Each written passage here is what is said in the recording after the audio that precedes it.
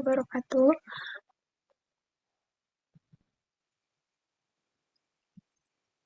Di sini kami dari kelompok 11 Gizi Reguler B akan mempresentasikan mengenai intervensi pemberian formula WHO dalam penanganan gizi buruk pada balita. Sebelumnya kami izin memperkenalkan anggota kelompok kami. Yang pertama ada saya sendiri, Nabila Putresa. Yang kedua ada Dian Nurnadifa. Yang ketiga ada Denaya Hanun Alamah. Selanjutnya ada background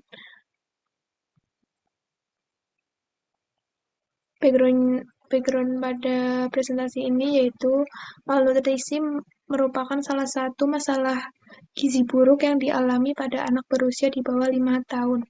Malnutrisi disebabkan karena kurangnya asupan zat gizi mikro dan kurangnya pemberian ASI.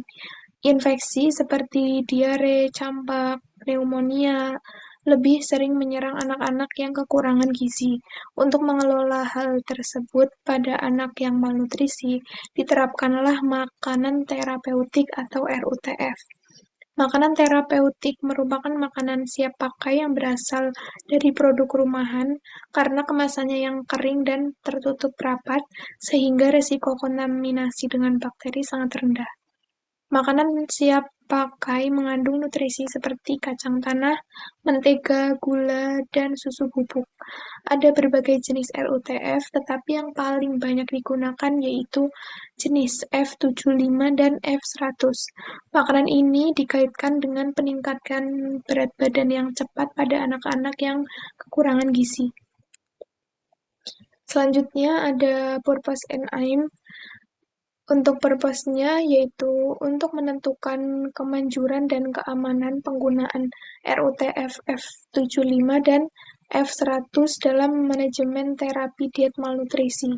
Untuk AIM-nya yaitu anak di bawah 5 tahun dengan berat badan kurang yang diberikan makanan terapi atau RUTF jenis F75 dan F100. Untuk ikuti question-nya, untuk P-nya, anak-anak berusia lebih dari 6 bulan dengan diagnosis kekurangan gizi akut atau malnutrisi berat. Untuk I-nya, makanan terapeutik atau RUTF jenis F75 dan F100 sebagai diet rehabilitasi. Untuk C-nya, terapi standar menggunakan formula F100 dibandingkan dengan F100 yang diencerkan dan formula bayi. Untuk O-nya, kemanjuran dalam rehabilitasi dengan penambahan berat badan, peningkatan status gizi, pemulihan nutrisi, dan penurunan angka kematian. Untuk T-nya, yaitu durasi intervensi yang diberikan mulai dari 2-8 minggu. Untuk selanjutnya, yaitu ada synthesis of evidence yang akan dibacakan oleh Dian. Dipersilahkan. Baik, selanjutnya yaitu synthesis of evidence pada jurnal 1, penelitian oleh Abu Al-Fatuh, peneliti kemanjuran terapi berbasis rumah menggunakan makanan terapi siap pakai RUTF dibandingkan terapi standar F100 untuk mengobati anak-anak kekurangan gizi. Temuan menunjukkan bahwa anak-anak yang menerima RUTF memiliki tingkat pemulihan yang jauh lebih tinggi, 85,7% dibandingkan dengan mereka yang menerima F100, 57,2%. Selain itu, tingkat kenaikan berat badan lebih besar pada kelompok RUTF 5,8 kilo per gram per kg per hari dibandingkan dengan kelompok F100 3,37 gram per kilogram per hari selama periode 8 minggu. Pada jurnal 2, penelitian ini menunjukkan bahwa F100 dan F100D memberikan hasil rehabilitasi yang lebih baik dibandingkan dengan susu formula bayi dalam hal kenaikan berat badan dan waktu pemulihan. Meski F100 memiliki PRSL lebih tinggi, parameter biokimia tetap berada pada kisaran normal, menunjukkan bahwa F100 aman digunakan pada bayi dengan malnutrisi akut berat. Hal ini mendukung penggunaan F100 sebagai standar terapi pada fase rehabilitasi bayi di bawah 6 bulan. Pada jurnal 3, Jurnal ini membahas perbandingan efektivitas formula F75 standar dengan formula F75 yang dimodifikasi. Bebas laktosa dan rendah karbohidrat pada anak-anak yang dirawat dengan gizi buruk akut berat. Penelitian ini bertujuan untuk mengetahui apakah MF75 dapat mempercepat stabilisasi dan mengurangi komplikasi seperti diare, malabsorpsi karbohidrat, dan sindrom refeeding. Next. Selanjutnya ada metode. Pada jurnal 1, penelitian ini merupakan studi intervensi dan desain uji klinik acak yang dilakukan di Rumah Sakit Universitas Zagasik sebanyak 56 anak malnutrisi berusia 12 sampai 48 bulan dibagi secara acak menjadi 2 kelompok. Satu kelompok menerima terapi standar F100 dan kelompok lainnya menerima terapi berbasis rumah tangga dan RUTF. Kriteria inklusi mencakup anak-anak dengan malnutrisi sedang hingga berat dan nafsu makan yang baik. Pengukuran dilakukan setiap 2 minggu untuk menilai berat badan, tinggi badan, dan MOAC. Pada jurnal 2, penelitian ini adalah uji klinik acak tersamar ganda yang melibatkan 153 bayi di bawah 6 bulan dengan malnutrisi akut berat. Dilakukan di unit rehabilitasi gizi Dhaka, Bangladesh. Bayi secara acak dibagi menjadi 3 kelompok untuk menerima F100, F100D atau susu formula bayi. Dia diberikan selama fase rehabilitasi setelah stabilisasi awal menggunakan F75. Asupan makanan berat badan dan parameter biokimia dipantau selama masa rehabilitasi bayi mencapai kenaikan berat badan 15% atau Z-score berat badan terhadap panjang badan lebih sama dengan -2.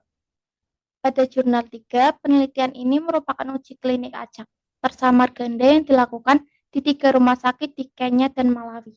Penelitian ini bertujuan untuk mengevaluasi efektivitas formula F75 standar dibandingkan dengan formula F75 dimodifikasi, bebas laktosa dan rendah karbohidrat pada anak-anak dan gizi buruk akut berat yang mengalami komplikasi medis. Next. Selanjutnya yaitu measurement plans. Pada jurnal 1, pengukuran meliputi evaluasi antropometri seperti berat badan, panjang badan, dan lingkar lengan atas yang dilakukan setiap 2 minggu selama 8 minggu. Data dianalisis menggunakan WHO Antro 2005 untuk menghitung Z-score berat badan terhadap tinggi badan. Penelitian berat badan rata-rata dihitung berdasarkan perubahan berat badan dari baseline hingga akhir penelitian. Data dianalisis dengan perangkat lunak SPSS menggunakan uji T dan uji Mann-Whitney untuk membandingkan rata-rata antar kelompok. Pada jurnal 2, pengukuran meliputi analisis antropometri harian untuk berat badan dan mingguan untuk panjang badan serta pengukuran biokimia pada hari ke-1, hari ke-2, dan hari ke-7 untuk memantau parameter seperti natrium serum, osmolatitas urin, dan PRSL. Asupan makanan dihitung berdasarkan jumlah yang dikonsumsi setiap hari, dan data dianalisis menggunakan uji C kuadrat dan ANOVA. Semua parameter diukur di laboratorium standar menggunakan metode valid. Pada jurnal 3, penelitian ini menggunakan pengukuran klinis berupa pemantauan harian kriteria stabilisasi WHO dan pencatatan efek samping seperti diare. Penelitian laboratorium mencakup analisis biokimia darah seperti fosfat dan natrium, serta osmolalitas dan komposisi tinja untuk menentukan jenis diare. Analisis data dilakukan dengan regresi cost untuk waktu stabilisasi dan metode zero inflated negatif binomial untuk outcome sekunder seperti jumlah hari diare. Next. Selanjutnya yaitu outcome. Pada jurnal 1,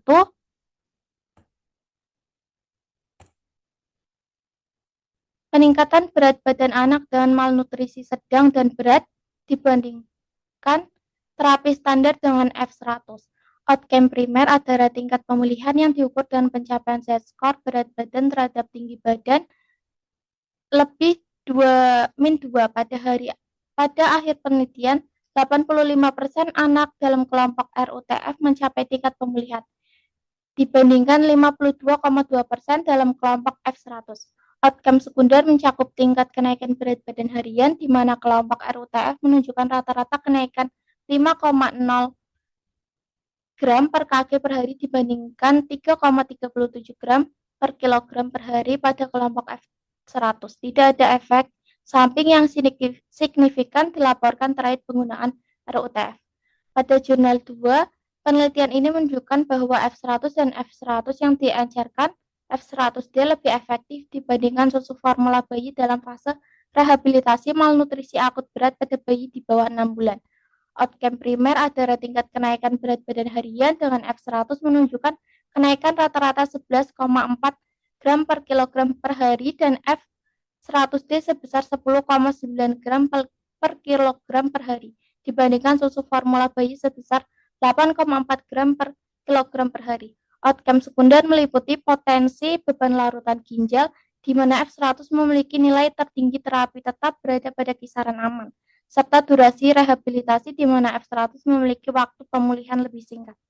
Pada jurnal 3, outcome primer penelitian ini adalah waktu menuju stabilitas klinis yang mencakup hilangnya tanda bahaya WHO, berkurangnya edema, dan kemampuan mengonsumsi pakan F75 yang diresepkan. Outcome sekunder meliputi angka kematian, jumlah hari dengan gejala seperti diare dan muntah, perubahan biokimia darah, fosfat, natrium, dan kalium, serta durasi rawat inap dan efek samping serius. Evaluasi ini bertujuan membandingkan efektivitas F75 modifikasi dan F75 standar dalam mempercepat stabilisasi dan mengurangi komplikasi pada anak-anak dengan gizi buruk akut. Next. Selanjutnya ada finding di jurnal pertama, anak-anak yang menerima terapi berbasis lemah menggunakan therapeutic atau RUTF menunjukkan tingkat pemulihan yang lebih tinggi dibandingkan dengan mereka yang menerima terapi standar F1.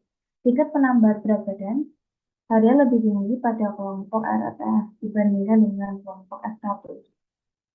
Lalu tidak ditemukan adanya efek samping yang terkait dengan penggunaan RUTF dan penerimaan produk oleh anak-anak cukup baik. Selanjutnya, pada jurnal 2, bayi yang diberi F1 menunjukkan tingkat kenaikan berat badan harian yang lebih tinggi dibandingkan dengan yang menerima formula bayi. Bayi yang menerima F1 pulih lebih cepat dibandingkan dengan formula bayi. Beban larutan ginjal lebih tinggi pada kelompok F1 dibandingkan formula bayi, tapi semua parameter serum elektrolit dan urin berada dalam rentang normal. Hal ini menunjukkan tidak ada resiko dehidrasi di pernatriumnya selama penelitian. Selanjutnya jurnal ketiga, formula MF75 atau tindakan obat dan rendah karbohidrat tidak menunjukkan perbedaan signifikan dalam waktu stabilisasi dibandingkan formula F75 standar pada anak-anak dengan malnutrisi akut berat yang dirawat di rumah sakit. Tidak ditemukan perbedaan dalam angka kematian, durasi diare, atau parameter dietnya seperti konsentrasi serum, natrium, kalium, dan fosfat antara kedua kelompok. Selanjutnya, implication protoktis di jurnal pertama, RUTF dapat diadopsi sebagai alternatif utama untuk manajemen malnutrisi anak karena lebih efektif meningkatkan berat badan dan memperbaiki gizi dalam waktu singkat dibandingkan terapi standar. Tapi bekerjasama menggunakan RUTF menawarkan pendekatan yang lebih bisa diakses, hemat biaya, dan melakukan pemulihan yang lebih cepat, terutama di daerah dengan sumber daya kesehatan terbatas. Untuk jurnal kedua, F100 dapat digunakan dengan aman sebagai rehabilitasi untuk bayi di bawah 6 bulan dengan malnutrisi akut berat. Tidak diperlukan formulasi alternatif dengan menggunakan F100 yang sama untuk semua bayi dan anak dengan severe acute malnutrition. Proses pelatihan bayi tenaga kesehatan menjadi lebih sederhana dan cepat. Dalam lingkungan terkendali seperti rumah sakit, F100 memberikan hasil yang optimal dengan waktu pemulihan lebih singkat sehingga dapat meningkatkan efisiensi layanan kesehatan. Untuk jurnal ketiga, formula F5 standar saat dan dapat digunakan sebagai formula stabilisasi pada anak-anak dengan malnutrisi akut berat, termasuk yang mengalami diare tanpa memerlukan modifikasi seperti pengurangan karbohidrat atau penghapusan laktosa. Mengingat diare osmotik merupakan risiko umum pada anak-anak dengan malnutrisi akut berat, perlu dikembangkan strategi penambahan untuk menangani masalah absorpsi stres beda tanpa mengganti formula FT5. Kesimpulannya, formula FT5 dan SLU sebagai terapi gizi pada anak dengan malnutrisi akut berat terbukti efektif dalam meningkatkan berat badan dan health gizi dengan hasil yang optimal, terutama lingkungan rumah sakit. Formula F75 digunakan pada tahap stabilisasi awal, sementara F100 diterapkan selama rehabilitasi, menunjukkan kemampuan pemulihan yang baik dengan risiko efek samping minimal. Selain itu, Ready Therapeutic atau RTF memberikan alternatif edukasi di rumah yang lebih praktis dan hemat biaya, dengan tingkat kemudahan berat badan hari lebih tinggi dibandingkan terapi standar. Strategi ini menjadi solusi penting dalam mengatasi malnutrisi pada anak, terutama di wilayah dengan sumber daya terbatas. Berikut adalah referensi jurnal yang kami gunakan.